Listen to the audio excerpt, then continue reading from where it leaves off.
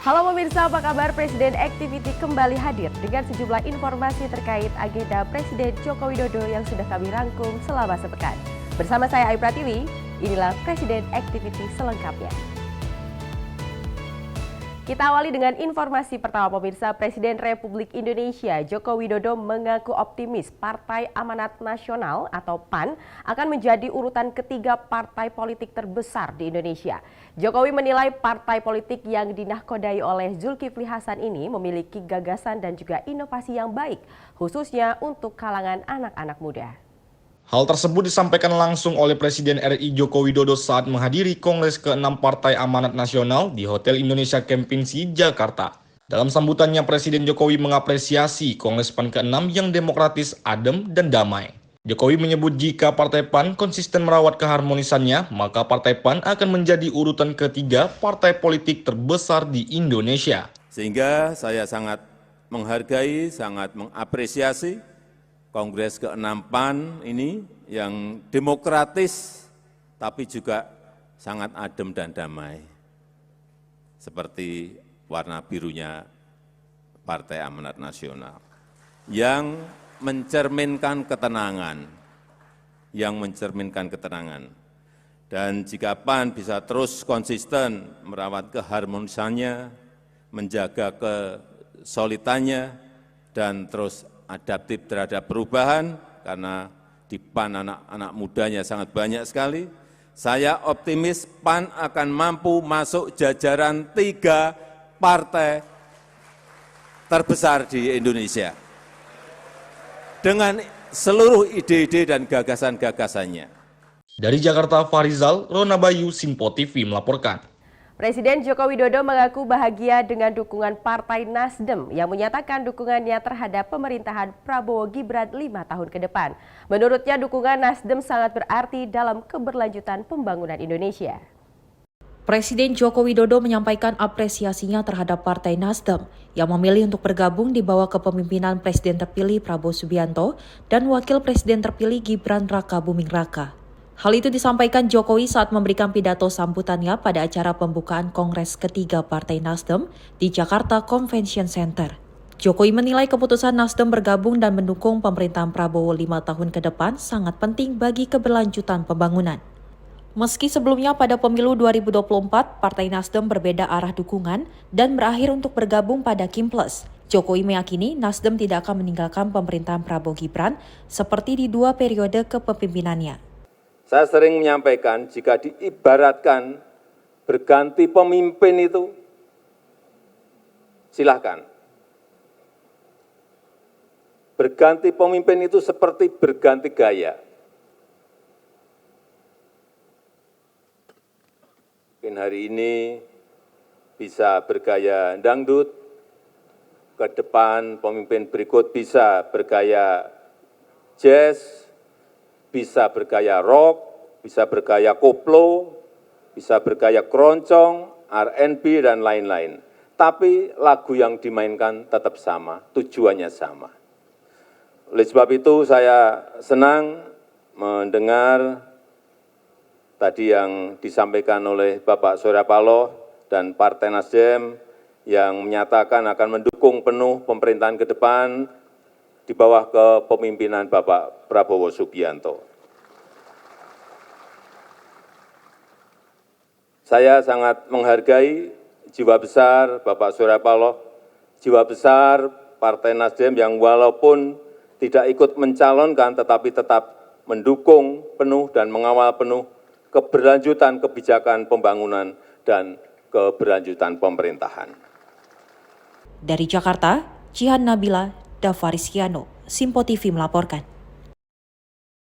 Pemirsa, Presiden Joko Widodo menanggapi rencana pembatasan pembelian BBM bersubsidi. Meski rencana ini masih dalam tahap sosialisasi, Presiden menilai pembatasan BBM bersubsidi sangatlah penting demi mengurangi polusi udara dan juga menekan efisiensi APBN 2025. Sebelumnya, Menteri Energi dan Sumber Daya Mineral Bahlil Lahadalia mengatakan adanya rencana pembatasan BBM bersubsidi mulai 1 Oktober 2024 mendatang. Namun menjawab hal tersebut, Presiden Jokowi melalui keterangan persnya usai meresmikan Gedung Pelayanan Kesehatan Ibu dan Anak RS Sarjito Yogyakarta di Sleman, menyebut bahwa belum ada rapat atau keputusan mengenai BBM subsidi ini. Meski demikian, Presiden Jokowi menilai pentingnya pembatasan BBM ini sebab dua alasan, yaitu mengatasi masalah polusi udara, terkhusus di wilayah Jakarta. Kedua, efisiensi APBN, terutama pada anggaran 2025. Jokowi menyebut sejauh ini rencana pembatasan BBM bersubsidi telah di tahap sosialisasi dan masih memerlukan observasi lebih lanjut di lapangan. Saya kira kita masih dalam proses sosialisasi, kita akan melihat di lapangan seperti apa. Belum ada keputusan. Belum ada rapat. Pertimbangan sama urgensinya apa sih Pak? Apa? Pertimbangan dan urgensinya apa untuk apabila melakukan pembatasan ini Pak? Yang pertama, ini berkaitan nanti ya, utamanya di Jakarta itu dengan polusi. Yang kedua, kita juga ingin agar ada efisiensi di APBN kita, terutama untuk yang 2025. Tim redaksi Sinpo TV melaporkan. Kita beralih ke informasi selanjutnya, pemirsa. Presiden Joko Widodo meresmikan revitalisasi Pasar Pasir Gitung di Bandar Lampung pada 26 Agustus 2024. Jokowi menyebut revitalisasi dilakukan untuk mewujudkan impian pedagang ataupun para pedagang dan juga masyarakat. Presiden Joko Widodo meresmikan Pasar Pasir Gintung di Kota Bandar Lampung setelah pasar tersebut direvitalisasi. Jokowi mengungkapkan telah menggunakan anggaran sebesar 38 miliar rupiah untuk revitalisasi pasar ini. Presiden Jokowi menekankan agar seluruh elemen masyarakat setempat berupaya menjaga pasar agar tetap bersih dan aman, mengingat besarnya anggaran yang digunakan. Sebelumnya, Jokowi pernah mengunjungi pasar ini sekitar 3 tahun lalu dan menyaksikan banyak keluhan dari pedagang tentang kekotoran pasar tersebut. Namun Jokowi menilai Pasar Pasir Gintung memiliki potensi untuk berkembang jika dirawat dengan baik, sehingga mendorong pembangunan kembali pasar ini sebagai tanda denyut nadi perekonomian masyarakat setempat yang akan dihidupkan kembali dengan harapan dapat mendorong perekonomian tempat tersebut. Pasar adalah pusat aktivitas perekonomian masyarakat yang sangat penting bagi kita semuanya. Saya lupa berapa tahun yang lalu saya pernah ke Pasar Pasir Gintung ini. Berapa tahun yang lalu, Bu? 2 atau 3 tahun yang lalu. Pernah ke sini. Ya, dan kemudian saya perintahkan saat itu karena banyak ibu pedagang, para pedagang yang menyampaikan, Pak, pasarnya tidak rapi, Pak, pasarnya kotor, Pak, pasarnya kurang tertata, Pak.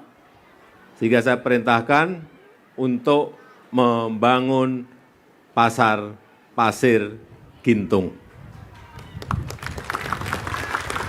Tim redaksi Sinpo TV melaporkan.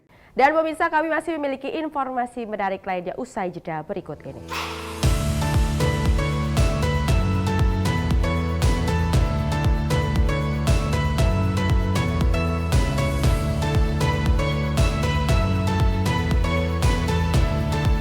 Kami hadir dengan rangkaian informasi dari berbagai penjuru dunia. Topik dan isu yang tengah menjadi sorotan mancanegara dikemas dengan lengkap untuk Anda.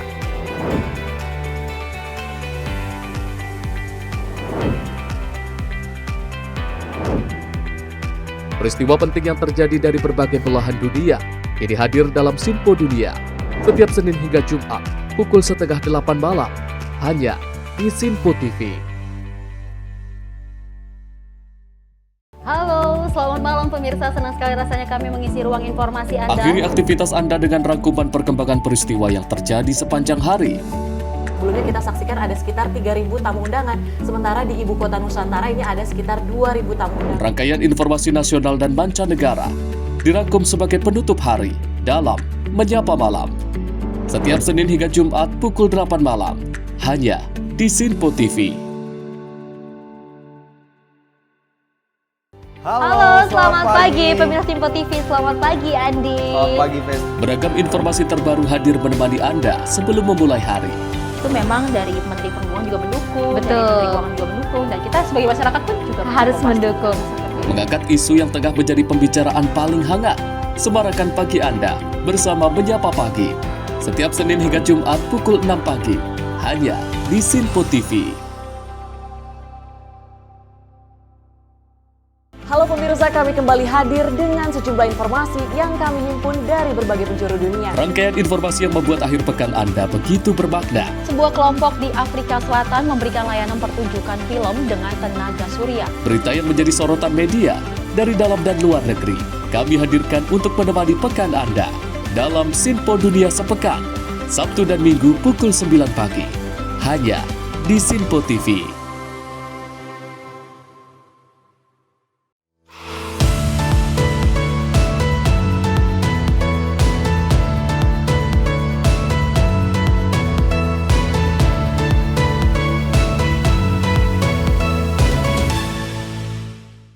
Terima kasih masih bersama kami dalam Presiden Activity. Pemirsa, Presiden Joko Widodo meresmikan Pasar Godean Sleman, Yogyakarta pada 28 Agustus 2024. Hasil revitalisasi pasar itu yakni bisa ditempati sekitar 1.800 pedagang. Presiden Joko Widodo meresmikan Pasar Godean Kabupaten Sleman, Yogyakarta pada Rabu 28 Agustus 2024. Peresmian ditandai dengan penekanan tombol sirine dan penandatanganan prasasti. Dalam kesempatan itu, Presiden Jokowi menjelaskan bahwa Pasar Godean dibangun sejak 1980, lalu pernah diperbaiki pada tahun 1994. Presiden Jokowi juga berpesan kepada para pedagang agar merawat dan menjaga kebersihan pasar, serta melayani pembeli dengan senyuman. Pasar ini dibangun tahun 1980, kemudian pernah diperbaiki tahun 1994, dan sekarang dibangun, direvitalisasi total, dan telah selesai hari ini menelan anggaran 89 miliar rupiah.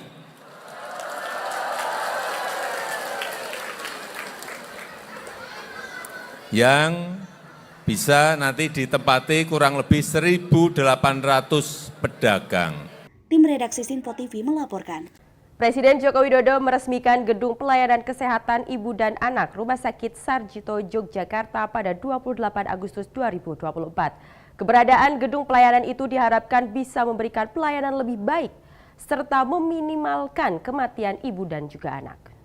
Mengawali sambutannya, Presiden Jokowi membeberkan bahwa kematian ibu di Indonesia masuk ranking 9 dari 10 negara di ASEAN. Sementara kematian anak ranking 7 dari 10 negara di ASEAN, yang menandakan sangat tinggi sekali. Sehingga Presiden Jokowi mengapresiasi pembangunan gedung pelayanan kesehatan ibu dan anak di Rumah Sakit Sarjito, Yogyakarta. Dengan keberadaan peralatan kesehatan yang modern, dinilai bisa jadi contoh manajemen sebuah rumah sakit. Lebih lanjut, Presiden menjelaskan nantinya akan ada peresmian 12 rumah sakit di tanah air yang memiliki standar rumah sakit yang setara dengan yang baru saja diresmikan.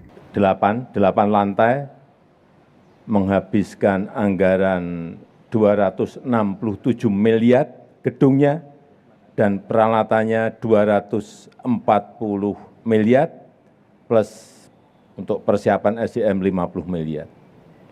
Tadi saya masuk, saya melihat peralatan semuanya sangat modern, digital dan sangat modern. Lebih lanjut, Presiden berharap pembangunan pelayanan kesehatan ini bisa memberikan pelayanan lebih baik serta meminimalisir kematian ibu dan anak. Tim redaksi Sinpo TV melaporkan. Pemirsa, dalam kunjungan kerja di Makassar, Ibu Negara Iriana Jokowi menghadiri acara sosialisasi pengelolaan komoditas hortikultura beserta dengan anggota OASIKIM lainnya. Ibu Negara menyerukan pentingnya pengelolaan komoditas hortikultura dimulai dari skala terkecil, yakni rumah tangga. Dalam kunjungan tersebut didampingi anggota OASIKIM lainnya, Ibu Iriana berkesempatan untuk berinteraksi dengan peserta, memberikan motivasi dan berdiskusi mengenai tantangan yang dihadapi dalam mengelola pekarangan sebagai sumber pangan. Iriana menekankan pentingnya pengelolaan komoditas hortikultura dimulai dari skala terkecil, yakni rumah tangga. Dalam sambutannya, Iriana sampaikan program ini bertujuan untuk memberdayakan perempuan, terutama ibu-ibu di wilayah Sulawesi, agar lebih mandiri dalam memenuhi kebutuhan pangan keluarga. Selain memberikan edukasi mengenai pengelolaan lahan, kegiatan ini juga diisi dengan sesi praktik langsung. Para peserta diajak untuk mengenal teknik budidaya hidroponik dan memahami cara-cara untuk optimalisasi lahan pekarangan. Tidak hanya itu, mereka juga diperkenalkan dengan budidaya bioflok ikan lele. Di kesempatan yang sama, anggota Bidang 5 OASIKIM, Martati Amran Sulaiman, mengatakan pengelolaan komoditas hortikultura skala rumah tangga memiliki peran strategis dalam meningkatkan ketahanan pangan dan gizi keluarga. Diharapkan para peserta dapat terus mengembangkan dan menjaga keberlanjutan penggunaan lahan-lahan yang ada di sekitar sebagai sumber pangan keluarga. Tim redaksi Sinpo TV melaporkan. Dan pemirsa, kami masih memiliki informasi lainnya usai jeda berikut ini.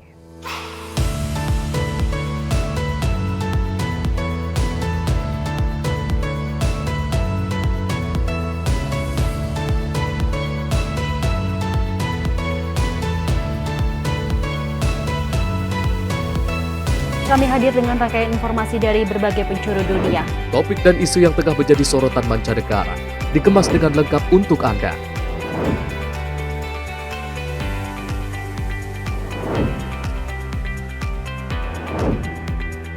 Peristiwa penting yang terjadi dari berbagai belahan dunia kini hadir dalam Sinpo Dunia setiap Senin hingga Jumat pukul 7:30 malam hanya di Sinpo TV. Halo, selamat malam pemirsa. Senang sekali rasanya kami mengisi ruang informasi Anda. Akhiri aktivitas Anda dengan rangkuman perkembangan peristiwa yang terjadi sepanjang hari.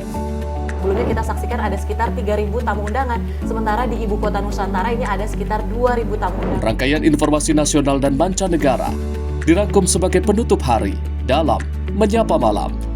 Setiap Senin hingga Jumat pukul 8 malam, hanya di Sinpo TV. Halo, selamat pagi pemirsa Sinpo TV. Selamat pagi Andi. Selamat pagi, Fen. Beragam informasi terbaru hadir menemani Anda sebelum memulai hari. Itu memang dari Menteri Perhubungan juga mendukung, Betul. dari Menteri Keuangan juga mendukung, dan kita sebagai masyarakat pun juga Harus mendukung.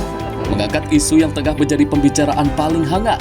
Semarakan pagi Anda bersama Menyapa Pagi.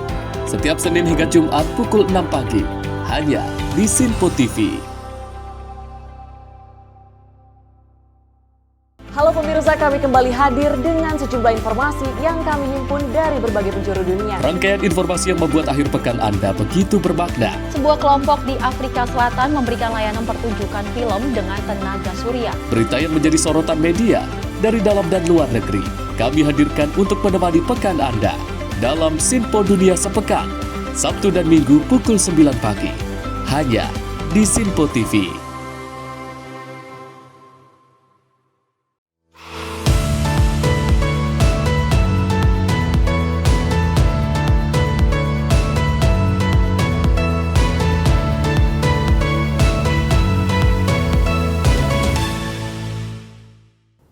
Terima kasih masih bersama kami dalam Presiden Activity. Pemirsa, Presiden Joko Widodo meresmikan bendungan Lewi Keris di Kabupaten Tasikmalaya, Jawa Barat.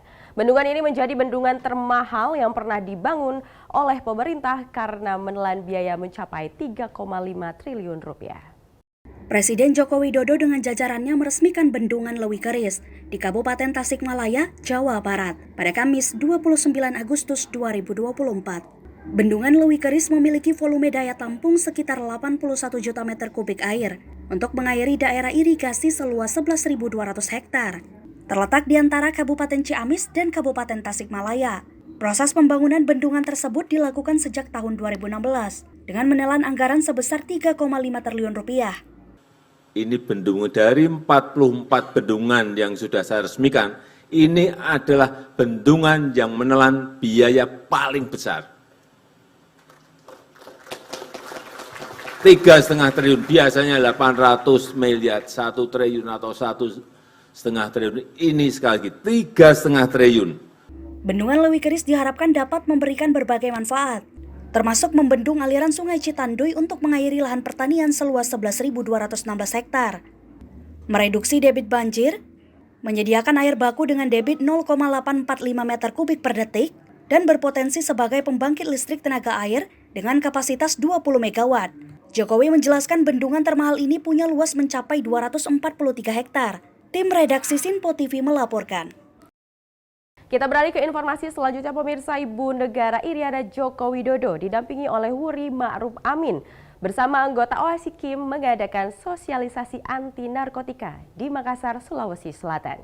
Acara sosialisasi bertajuk Generasi Muda Emas Anti Narkotika ini mengundang siswa-siswi dari berbagai sekolah di Makassar untuk berinteraksi secara langsung dengan Iriana Joko Widodo.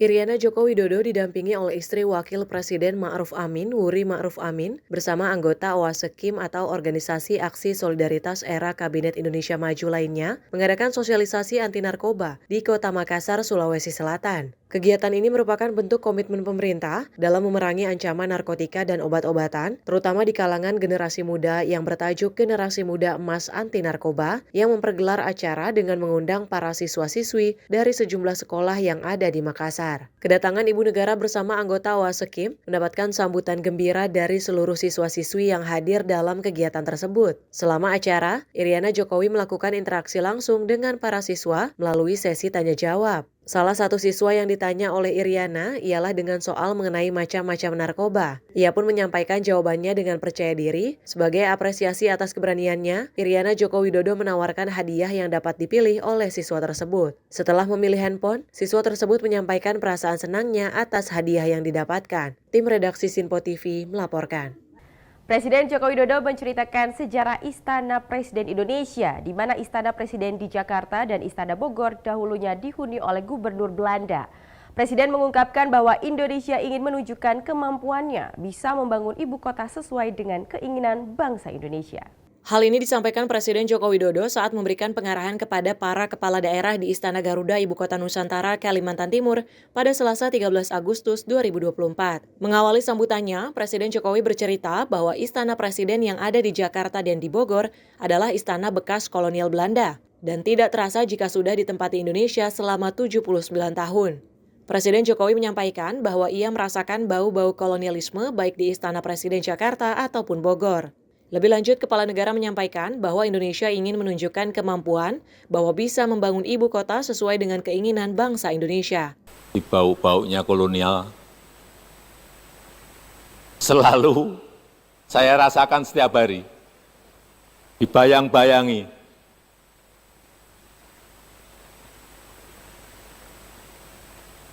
Dan sekali lagi,